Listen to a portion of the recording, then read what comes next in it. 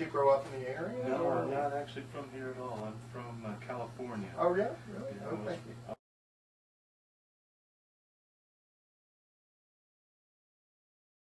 You guys sit down, have a seat. Okay, great. I grew up in Stockton, which is due east from Oh, sorry, my due east from San Francisco. Right.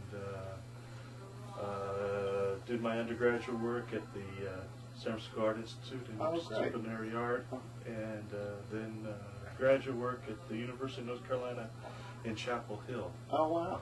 And then came here. Uh-huh. So it's And were you doing signage paintings a lot of before you got here? Or? Yeah, this has been my big thing, and it always comes back kind of like towards my childhood.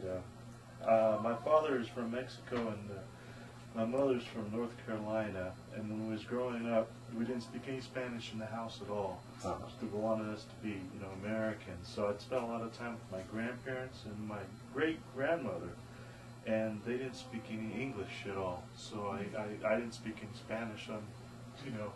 I'm in this environment where I don't, can't understand. And my grandmother would take me to the movies, and she'd take me to Mexican movies, and I couldn't understand what was going on. So to entertain myself, I'd make up stories as the movies went, and so a lot of that comes to the Mexican imagery, the women, all coming back from these childhood experiences, going to these old black and white movies in the Mexican area of town.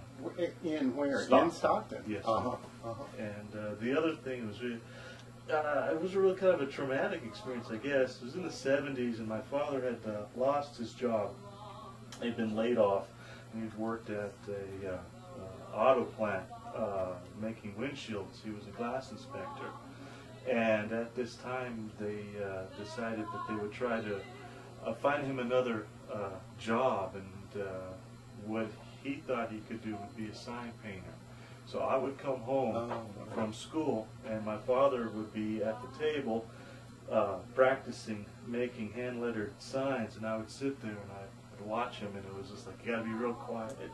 And I had never spent that much time with my father ever before. I mean, he worked as much as he could, so there was a lot of times I wouldn't see him for weeks. So there's this incredible, wow, this is fantastic. I can sit there and I can do that. So later, when I started making works, I started off as a printmaker, and then became more of a painter. And gotten ideas that someone was saying that my prints would look like signs, and I thought, why not make signs and eventually have signs that look like paintings?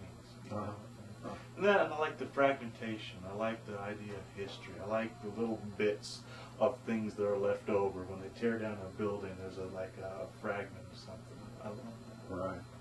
What about in this area? Are there interesting... Oh, yeah. Because we were in El Paso before, and they have incredible signage along the border. Yeah. On the U.S. side, at least, because we didn't go across the border. But really great mural paintings and old signage there. That's exactly what I was working on. I just finished a big installation at K-Space, where I had over 200 signed fragments, just text only, of signs that I would saw, and I would write down in my notebook these fragments, and then I would paint them with chili powders and menudo spices with the works, so that it would give an extra texture, and that was just all text based.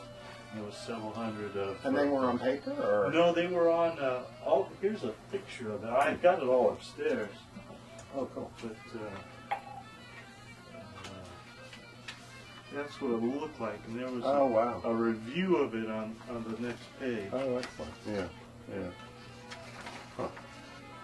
And K-Space is here in... it's in Corpus Christi. Oh, it is. Oh, great. Yeah, these are for you. Thank you. Okay. You're welcome. That's Good, thank you. Thanks. Oh, good, with the DVD. That's terrific.